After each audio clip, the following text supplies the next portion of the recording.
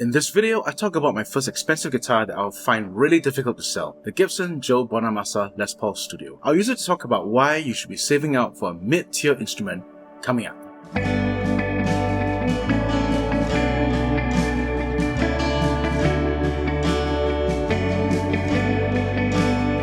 Hello and welcome to the video. If this is our first time meeting, my name is Justin and I'm all about worship guitar, helping you sound and play your best with Jesus. If we've met before, welcome back. You'll never forget your first expensive guitar. The experience of checking and double checking your bank balance to see if you can really afford it, meeting the seller and trying the guitar out, hearing the first notes in your hands, checking for quirks and defects before finally looking the seller in the eye and uttering the words that will entwine this guitar's fate with yours. I'm getting it. To be clear, this is not a gear review of the JB Studio. You'll be able to find its specs online, and I highly recommend checking out the videos of JB himself talking about the limited edition range from the standard to the studio to the Epiphone. This video is going to give some perspective to the question, why should I save up for a more expensive guitar?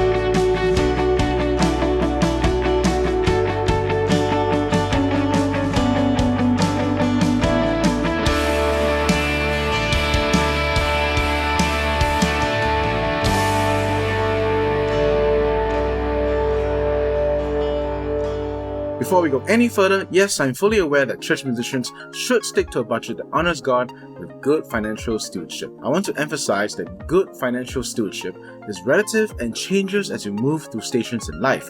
If you can't afford a more expensive guitar now, that's alright. Spend the money on a decent budget instrument and improve your craft. Later on, if the Lord has blessed you with the means and if you're in a full-time music ministry, you could consider obtaining multiple instruments for a versatile collection. Now I'm going to give you two big reasons to save up to get one mid-tier instrument instead of multiple cheap instruments. Number 1. Higher quality materials and components.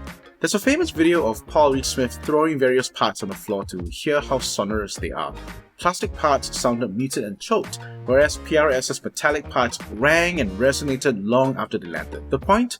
Resonance from the strings to the rest of the guitar depends on every component that's on the guitar. You can't avoid the problem of resonance dampening due to cheaper parts.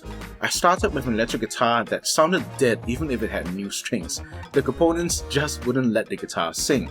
Speaking of that cheap guitar, the tuners were so unstable that it would go out of tune if I strummed a big chord, and its action was so high that playing a classical guitar was an upgrade. In contrast, this Les Paul Studio has stood the test of time.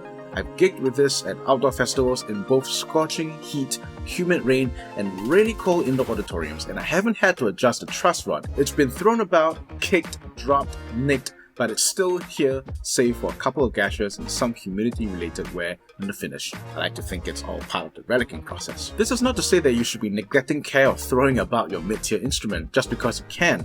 All I'm saying is that the build quality is that much higher between the budget and the mid-tier.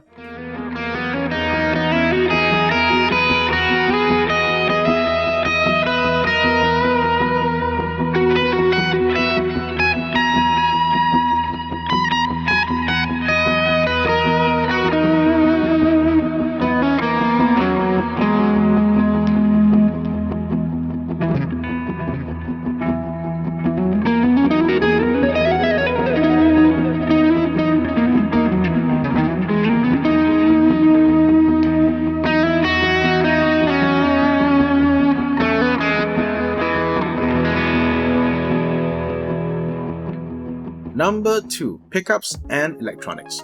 Your pickups are the heart and soul of the guitar. They give the distinctive character to your tone. They shouldn't hinder what you intend to play. On cheaper guitars, the pickups are going to be bare bones and basic. They'll get the job done of sending a signal up the chain, but they might be harsh, shrill, lifeless, or worse. My first guitar had pickups that worked like a giant radio antenna, so if you listen closely, you could hear music. Additionally, the taper on the volume and tone controls are practically useless. Control taper refers to how smooth the curve is between 0 to 10. Some controls have a very smooth taper that is usable, where 5 feels like halfway between 0 and 10. On some guitars, you can get very fine control where 7.5 is different from 7 or 8. My cheap starter guitar had controls that had zero taper. The volume and tone knobs were essentially on-off switches. You either had full volume, no volume, a wide open tone, or a muffled tone. Nothing in between. In a sense, my starter guitar was a Sith that only dealt in absolutes.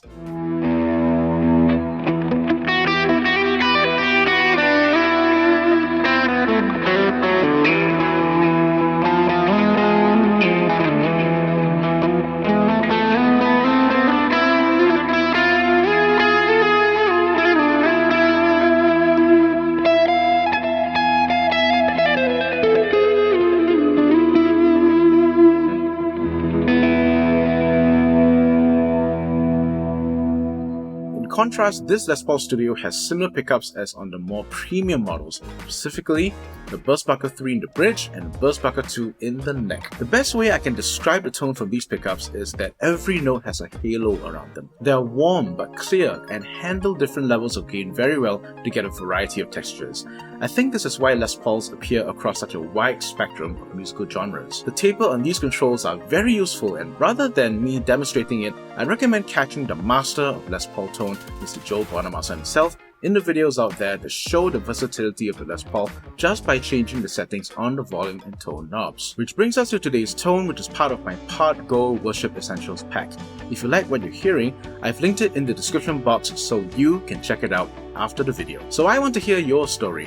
What's your first intermediate mid-tier guitar and what drew you to get one?